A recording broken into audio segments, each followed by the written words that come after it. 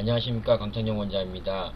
과잉진료에 대해서 문제 제기를 하면 항상 치과 선생님들은 충치 진단은 주관적인 것이 아니냐, 초기 충치를 예방적으로 미리 하는 선생님도 있고 지켜보자는 선생님도 있고, 또 초기 충치를 잘 찾는 치과도 있는 건데 네가 못 찾아서 그런 걸 수도 있고, 또 지켜보자는 선생님일 수도 있어서 그런 건데, 다른 사람들을 네가 지켜보자고 한 것들을 왜 다른 사람들이 안 했다고 해서 하자고 했다고 해서 과잉진료라 보냐, 이건 잘못된 것이다, 이렇게 얘기를 하고 있습니다. 정말 그런지 한번 찾아보겠습니다. 자, 학문적으로 접근해 보겠습니다. 자, 덴탈 캐리어스라는 책이 있습니다.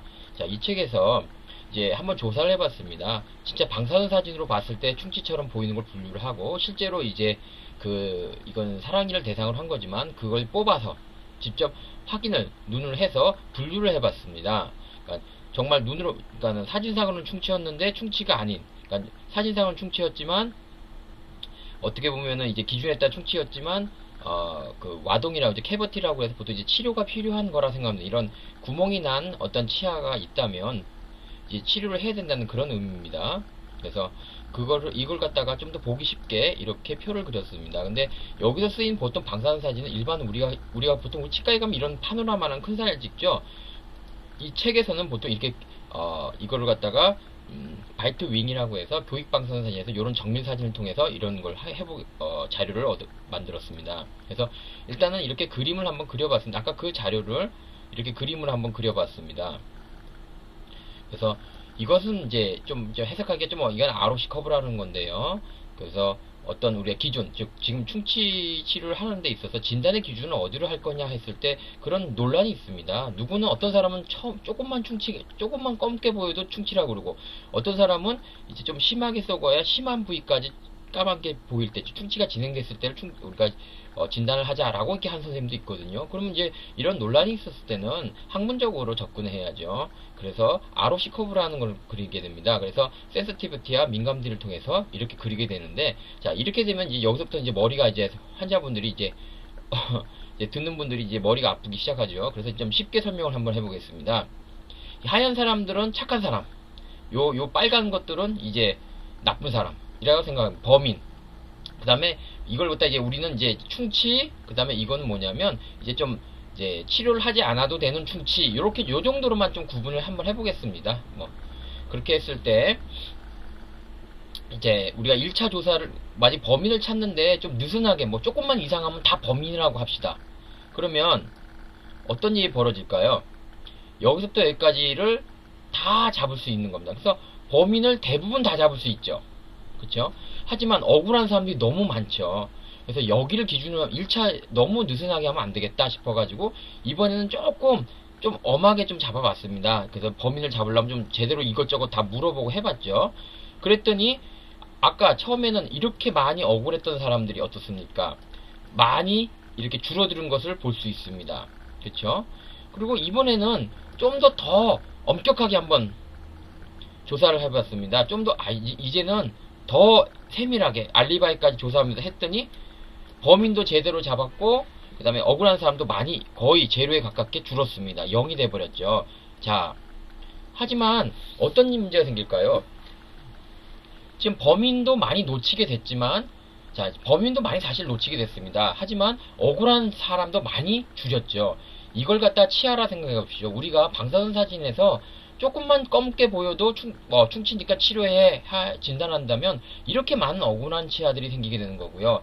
그 다음에 우리가 상아질 전, 여기는 이제 상아질 전이라고 해요. 상아질 전과 그 전 근처에서 썩었을 때 상아질 치아는 이렇게 겉살과 속살로 나누어지는데요. 그쵸? 이렇게 해서 겉살과 속살을 나누는데, 요걸 에나멜층이라 그러고, 요것을 여기 안에 이제 신경입니다. 이렇게 빨간 거는 이제 신경이라고 하고요.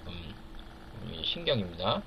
여기를 이제 상아질이라고 우리가 얘기를 하고 있습니다. 그래서 여기야 여기 사이 요 부위까지를 기준으로 했을 때, 충치가 여기까지 진행된 까만 게 여기까지 보였을 때를 진단 기준이라고 했을 때는 요 정도로 줄어들게 되는 거고요. 그 다음에 아예 충치가 그래 좀 여기 상아질 요 근처까지 가면은 좀 하자 라고 했을 때는 이렇게 거의 억울한 사람이 없게 되는 거죠.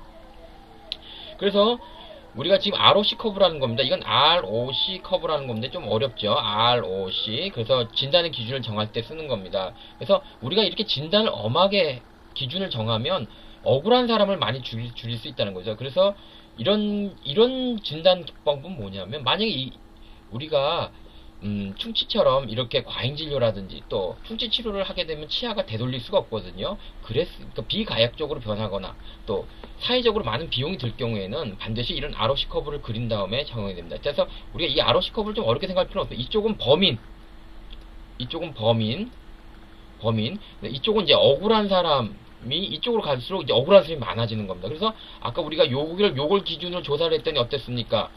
범인은 많이 잡을 수 있었죠. 그러니까 높게 나오죠. 범인을 많이 잡았으니까. 그런데 억울한 사람은 어떻습니까? 아무래도 커겠죠. 근데 이제 여기를 기준으로 합시다. 만약에 여기를 기준으로 한다면 어떤 일이 벌어질까요? 요 사이, 요 사이, 레디오루스 한 요 부위를 갖다가 우리가 기준으로 한다면 어떻게 되냐면, 억울한 사람이 어떻습니까? 많이 줄어들죠. 아까는 이만큼 컸는데 지금은 요만큼으로 줄어든 게 보이죠. 아까는 억울한 사람이 이만큼이었는데 지금은 이만큼으로 줄었습니다.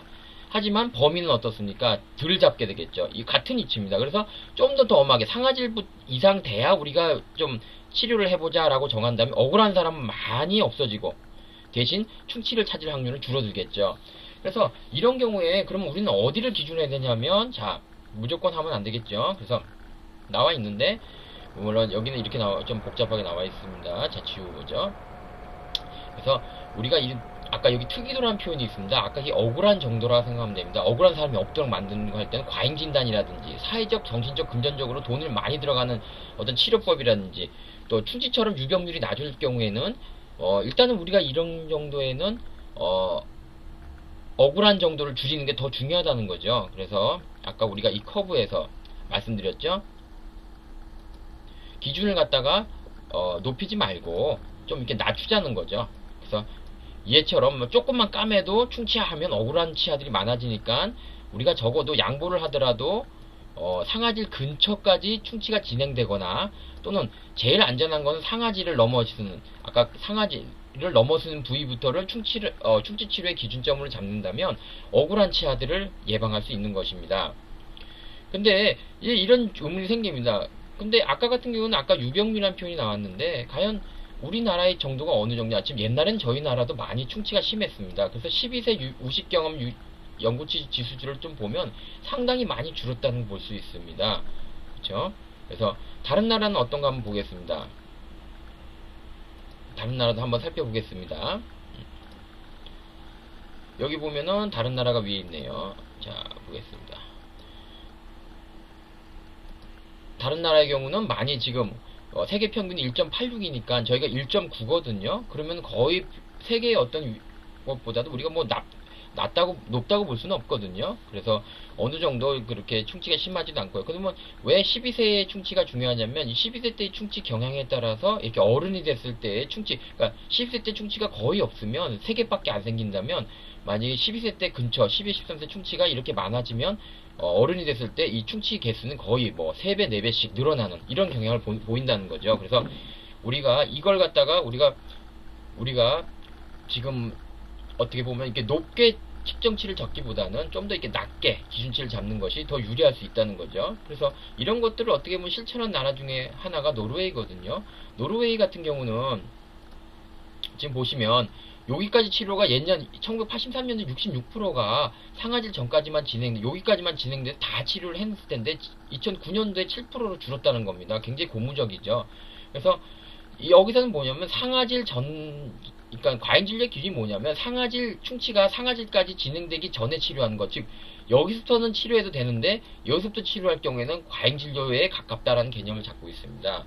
그래서 이 논문 자체가 1985년입니다. 저희보다 30년 전에 벌써 여기도 이런 논란이 있어서 어떤 기준점을 만들기 위해서 이런 ROC 커브를 만들어서 어떤 충치의 개념을 적어도 상아질 근처, 에나멜 3분의 1가 상아질 근처까지 갔을 때를 하자라고 정했고요. 더 엄격히 하자면 상아질을 넘어서는 것까지 하는 것도 나쁘지 않다라고 정의를 내리고 있습니다.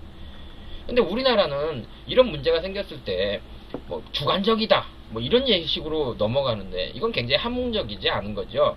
벌써 이미 30년 전에 외국은 이런 기준을 가지고 어떤 기준점을 냈습니다. 그러니까 저희 나라도 상아질을 기준으로 하는 것이 옳고요. 지금처럼 동네에서 이런 부정확한 파노라마로 한다면 더